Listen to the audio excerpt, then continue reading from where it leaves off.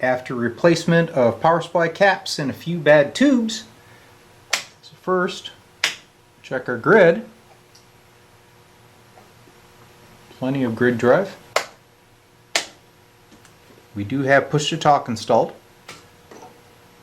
There's my plate, putting out about 100 watts. And there is my static modulator current, 1, 2, 1, 2, 3, 4. So let's take a listen on the R2000. LL 1, 2, 3, 4. LL 1, 2. Getting a little feedback. So I'll move away from that R2000 so we don't get so much feedback. LL 1, 2, 3, 4. LLN6TLU testing the Johnson Valiant.